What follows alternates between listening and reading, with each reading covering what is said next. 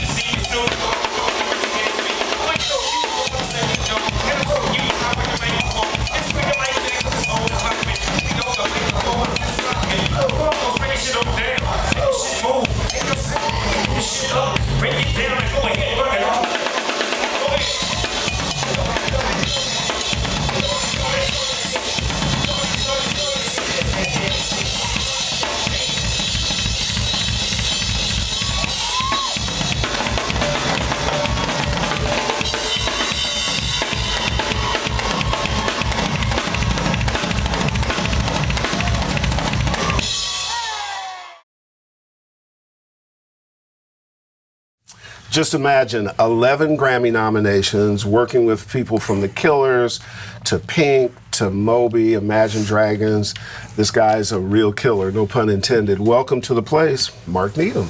Welcome back to the place. Thank you, guys. This is round 2, right? Yeah, thanks for having me back. Good to see you, Mark. So you're developing things now. Is this a natural evolution from? Well, I've been doing that for a long time. I mean, 2003 we had the Killers Hot Fuss record, and Imagine Dragons we worked with on there early on before they got signed. And, we always have 2 or 3 things that we're working, and hoping something will happen with them. In the development process, is it just creative? Is it the business side as well? Is it where does your interest start and end? Well, my interest starts in the creative side, but you always have to be on guard. You have to be in all those other areas as well. I mean, getting the stuff promoted and out there, and getting all the socials right. I mean, I have good people who help me with that, but you always have to be involved in all those aspects these days.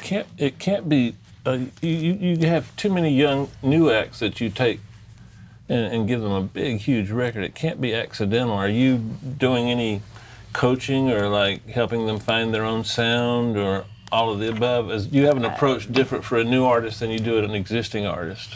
Well, I mean, because a lot of those guys I just try to find something that I love, for starters, and despite both the Killers and Imagine Dragons, nobody really liked those bands and the labels until they were already taking off. But you just got to put your trust in that you have good taste, and maybe other people will agree with you. And I try to on a new project that I try to come up with an identifiable sound. I mean, that's the goal, to come up with something that's kind of unique to that artist. When people hear that, they want to be that for the next 5 or 6 years. That doesn't always work out, but that's the idea going in.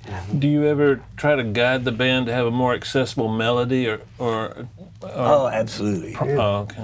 I mean, there's a friend of mine in a band, Moan. We worked together. He'd gotten dropped by the label, and I wanted to help him get another deal because he's a talented writer, singer. But we worked for 3 years. He sent me the first 18 songs. He sent me. I just went, no. Are you joking? Right. You could do better than this. Absolutely.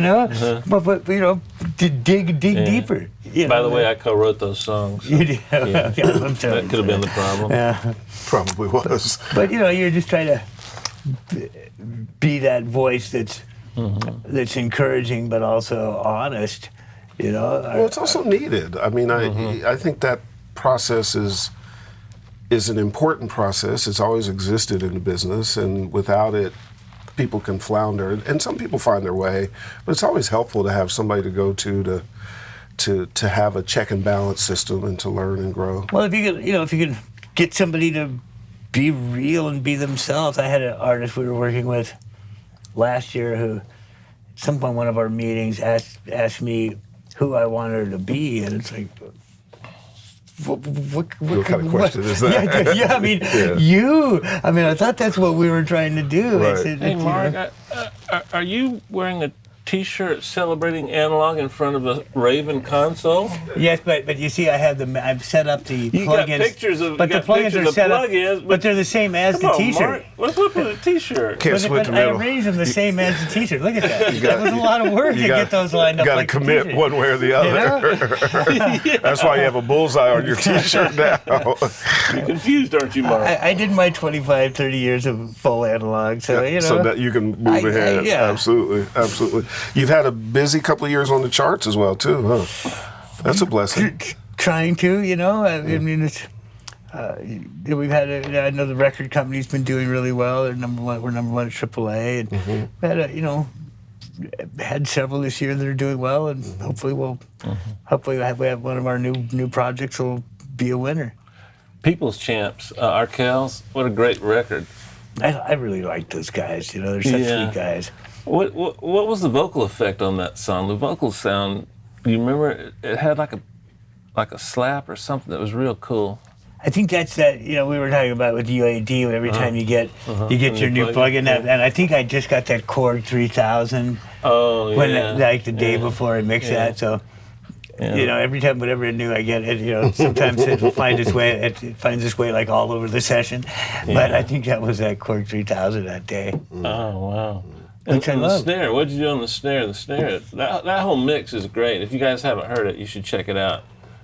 It was widely used in the Stanley Cup. Well, I can't remember what I did on the snare. Okay, well, thanks. Enjoyed it. This is how the batter's box is going to go, too, Strike 3 out, all right. No problem. We can edit. That's the beauty of what we do.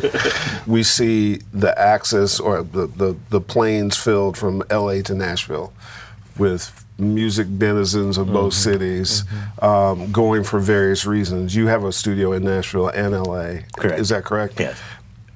What does one mean versus the other? Is it just business opportunity? Is it a broader musical palette to paint from? I mean, I have a lot of. I first started working in Nashville, I think, in 1985 with James Brown. Oh, you've seen that city change. And Yeah. you know, it's interesting seeing the town evolve, and you know, I have a lot of artists that I work with out there, and I Dolly Parton and her manager Danny gave me an offer I couldn't refuse with the room, and so we set up shop there. And you know, I have just a lot of artists and friends that I work with there. It's you know, it's a town in an interesting flux. It's like with just this confluence of so many different styles and different artists from around the world, all here and so strongly based in writing. I mean, there's a lot of things that are really great about that. There's some things that are wrong about Nashville, the same as there's things wrong in LA, you know. But there's a lot of really good things happening, and it's an interesting time to be there right now. People who don't know don't realize how many genres of music in Nashville you can get done and work with. It's almost endless. Yeah, you know, there's some really great pop guys there. It's the country, the alternative. You know, it's really all over the map. Rock stuff, hip hop stuff. A lot of great hip hop. You know, so much music that I work on. Just kids interacting with kids all over the world, and their playlist being so varied. I mean, I kind of see that in the music there, where people are borrowing things from different genres, and those boundaries become less and less real. That you know, it's hip hop or it's country or it's hybrid now. Yeah, that's what we call it. Yeah, it's blurred.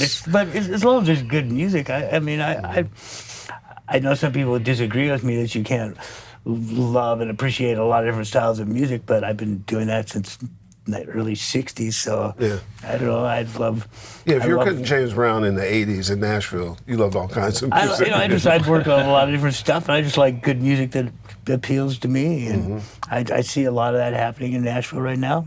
It's fun. The projects you take on, and I know sometimes this can be a luxury, do you lean toward things that interest you, fit your taste, things you like, or, you know, not everybody has that luxury, but if you do...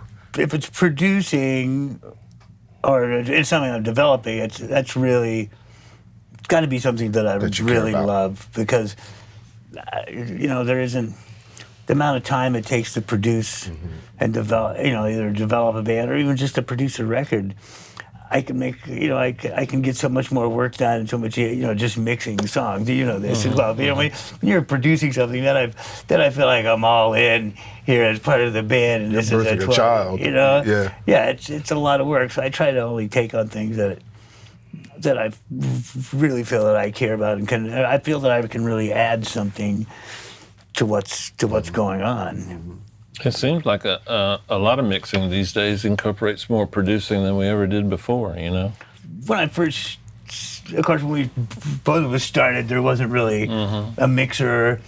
A lot of times there wasn't a producer in the room. It was the engineer in the band. And I thought you were going to say there wasn't electricity, but that's another story.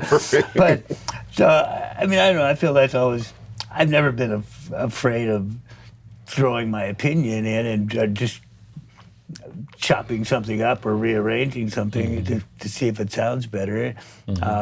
I get asked to do that a lot. I mean, you're right. It is really a lot more part of the mixer description these days. Yeah, which is a good thing, really.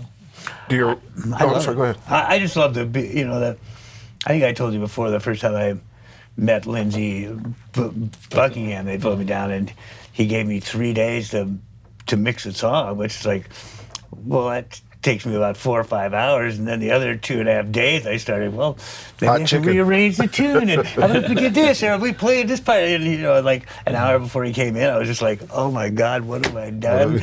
This guy's a legend, I'm rewriting, but he really loved what I'd done, and you know, I mean, sometimes I come up with a good idea, I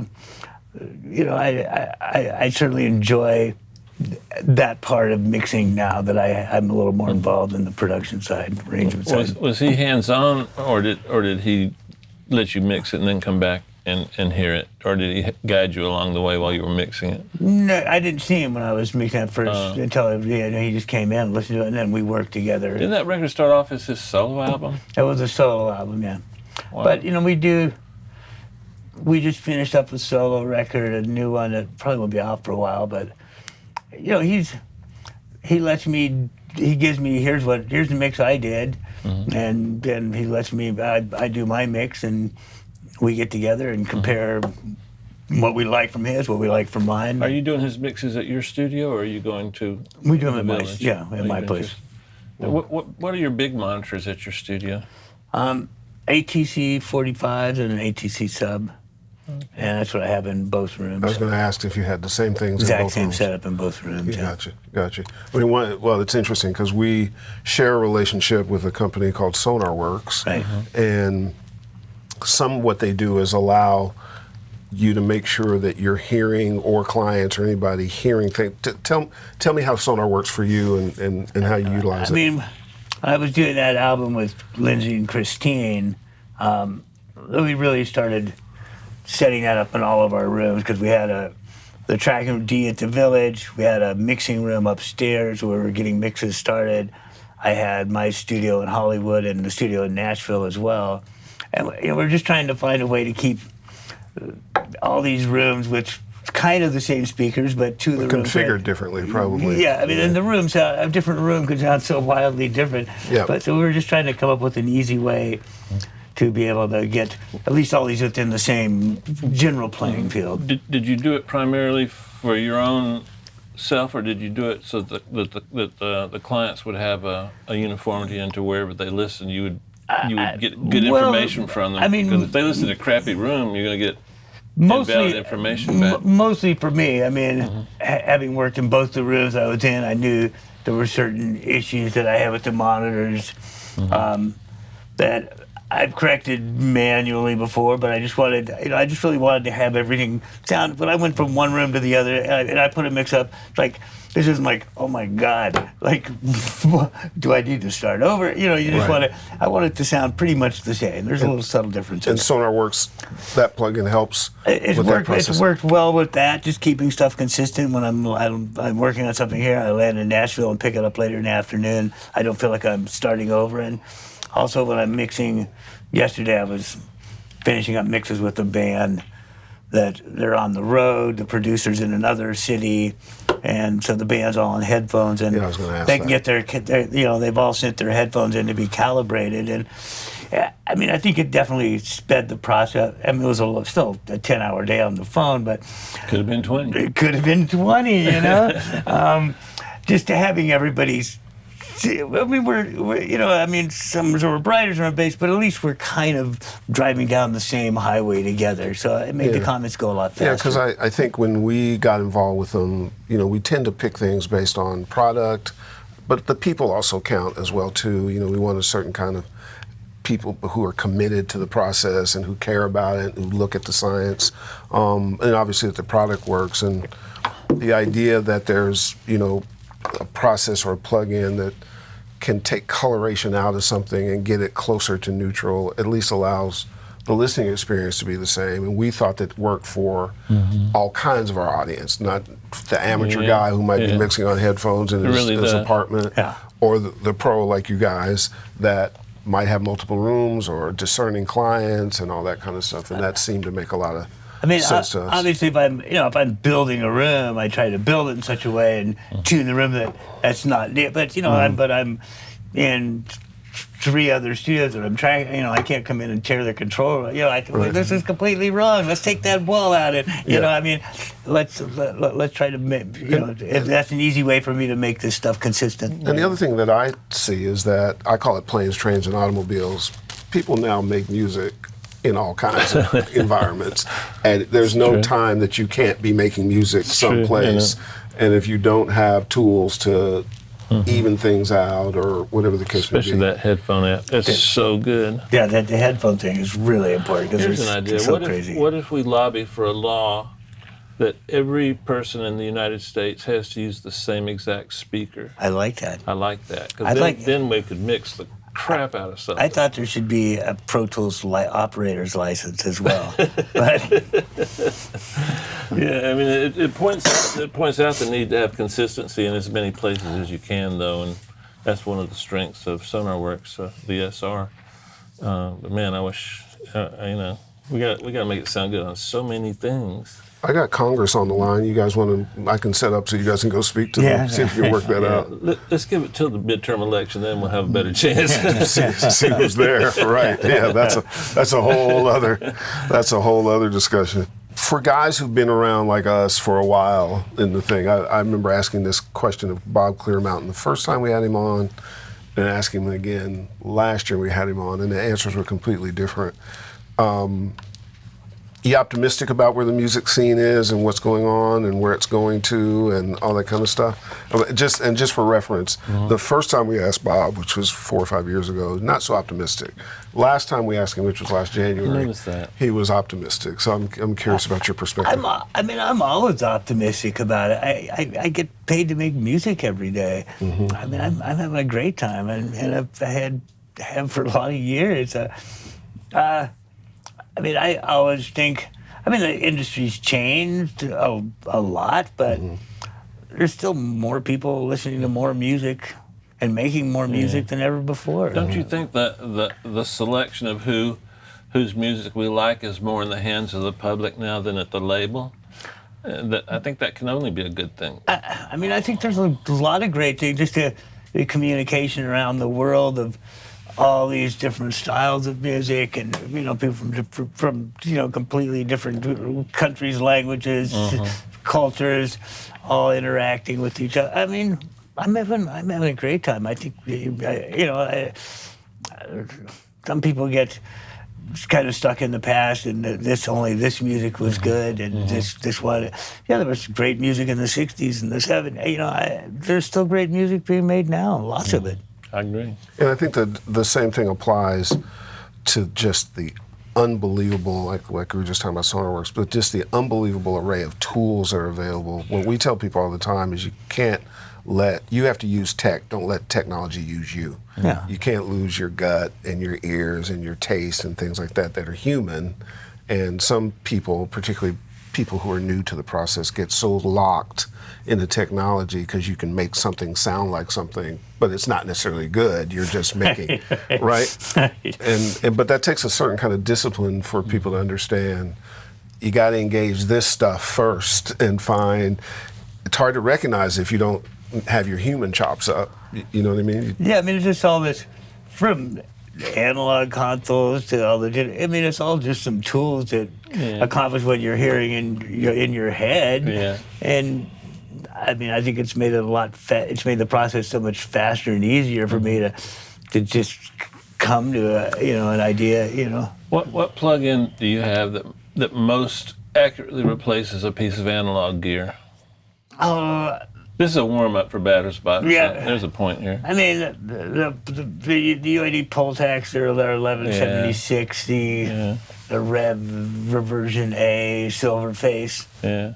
I have just the exact same one and the analog version, and they react a little differently, but it's just if I get 10 1176s in a rack, they'll react differently, So at least if I put 10 of these up, I know they're all going to react pretty much the same. I remember. I'm a big believer in using all the cards in the deck. I use a lot of analog. I use a lot of plug-ins, but I remember the torture sometimes of wanting to put something on the stereo bus, but I had to use 2 mono tube pieces. I could never find 2 to match. Yeah, right. You remember those days? Yeah. And we did it anyway. Who cares? We got it close enough. But yeah, it's a wonderful time. Wonderful time to be making records. Has the art of tracking evolved? Is you tracking like a rock band or something like that? Or is it just getting the right mic in the right place and getting a clear sound? Sadly, I don't think that the tracking side has necessarily gotten better in a lot of cases. I mean, it's gotten more democratic because bands are able to record at their, in their apartment or their, their rehearsal space. I think the art of a really great tracking engineer, I mean, there's a few of those guys out there, and when I get one of their sessions to mix, it's like, oh my God, this is, I just pushed the faders up, it's ready on, it sounds good, it's done. Yeah. Everybody I meet wants to be a mix engineer, but don't you think that tracking is a profession that you can actually get more input and creative input on a project than mixing? Mixing, we're locked into certain things, but when you're tracking, it's a clean canvas, I think tracking is a place where you can, if you enjoy working with a band and helping them out, you can do more good tracking than you can mixing. I would agree, and I think a lot of people who want to be mixing engineers just come out, just out of recording school and want to be a mixing engineer. I think not having those years of tracking and interacting with bands and seeing all the things that can go right and wrong, I think limits their ability to be a really good mixing engineer because they haven't dealt with, all those different things that can go wrong. You worked with Fleetwood Mac, like you actually have been licensed by the state of California to do marriage ceremonies and counseling, haven't you? Yeah. But I mean, I do see a lack of that. It makes, it's part of my job is I can, hopefully I can take stuff that was recorded on an iPhone and which I just did recently. I'm doing a mix today that the vocal is recorded on an iPhone. I had one that the whole session with the whole record was tracked on the iPhone. I've done that a couple times, and I mean, there's one that's.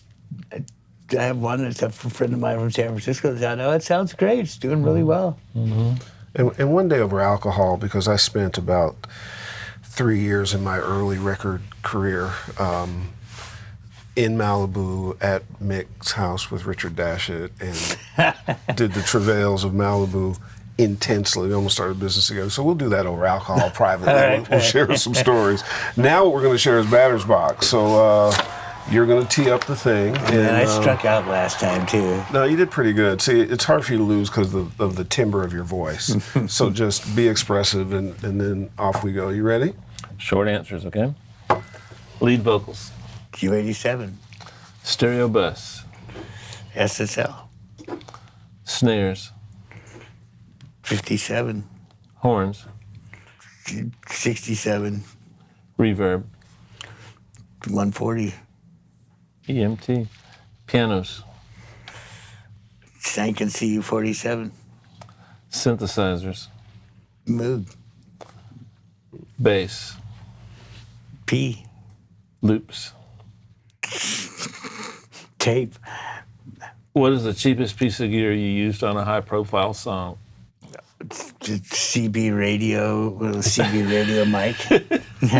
Most original batter's box answer in 7 years. I wasn't expecting that one. And for those of you who don't know what a CB is, we'll explain that later. I used to use that, because you could plug that in right into the Marshall and crank it up really loud, and you wouldn't get the massive feedback if you started yelling and hit that button. That's funny. And they were good for harmonicas too. They were good. I love the CBs. Well, I concede, Herb. I mean, that CB thing. Well, it's like you're watching a movie with, Robert De Niro and Joe Pesci, and they're planning like a heist, and he's just laying back in the cut, saying those things really. So that's why it's hard to beat his voice. Yeah. You could have said anything. You could have said blueberry pie, whatever the case may be. Well, if you're going to lose to the best. So, the future, more of the same? Anything interesting going on that's coming up? No, we have this band from San Diego, some young kids that just turned 19, band called Almost Monday. Just got them into, just flew into New York today. I'm working with a friend of mine there writing, and I think they're going to be, What type of music? Pop, but really good. Deep, great melodies, great lyrics. They're lead singer and the main two singers of the band both have a super high range and can get kind of that Bee Gees feel a little bit.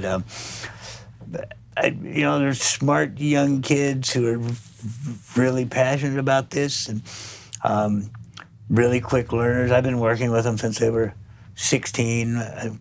My wife and I went to see them in San Diego, and we went to their first show and went, well, you had, afterwards, if they wanted the congratulations, I said, well, you had one song. It was good. The rest are horrible. What are you doing here? But, I gave them the reasons why I thought that, and they didn't take it personally. A year, 6 months later, they sent me another song, and this is closer, but they've been following that process. I like having somebody like that. Here's what, I'm not just gonna kiss your butt. Here's what's wrong. Here's what could be right. And they listen, pay attention, and have really come just a long ways. I mean, I think they're definitely gonna be winners in the next year or two. We'll see. Do you sign them to yourself? Do you put them out independently? Is it different situations for different acts? Different contracts for different things, depending on what the level of what level of involvement I have. And we have another band in Nashville, the Lost Wages, that we have a song out right now. We're working, and see how both those go. And I'm just mixing a bunch of projects, having a lot of fun. Well, listen, you always have a home here. This is number 2. When was the first one? A couple of years, at least. It's been at least that, I think we did him down the street. I think we did him. It was at the media center? Yeah. Oh, okay, got it. Well, you're always welcome. We're a big fan. It was nice that we were able to come together under our sort of mutual. I like the new digs. It's nice, What's that? I like the new digs. Yeah, you got to refresh it every now and then, and it was time for that, whether we wanted to or not. We got refreshed. The other building got refreshed, so here we are. Always a pleasure, man. Thank you so much. Mark. Dave, take us home. I'm going to get a little serious with you guys. We just lost a good one. Carlos McSwain, just a great human being. And we're losing a few more. And when somebody passes, there's always needs that the family has. So part of your morning should be to look around and see those that are still alive, what help they might need, no matter who the person is that's passing. I know that's a little bit off topic, but it just seems to be happening more and more often these days. And families get disrupted and torn apart and have financial stresses. And it's great to mourn the person that passed, but it's also better to help their legacy by helping their family out a little bit. So we'll see you next week. See you.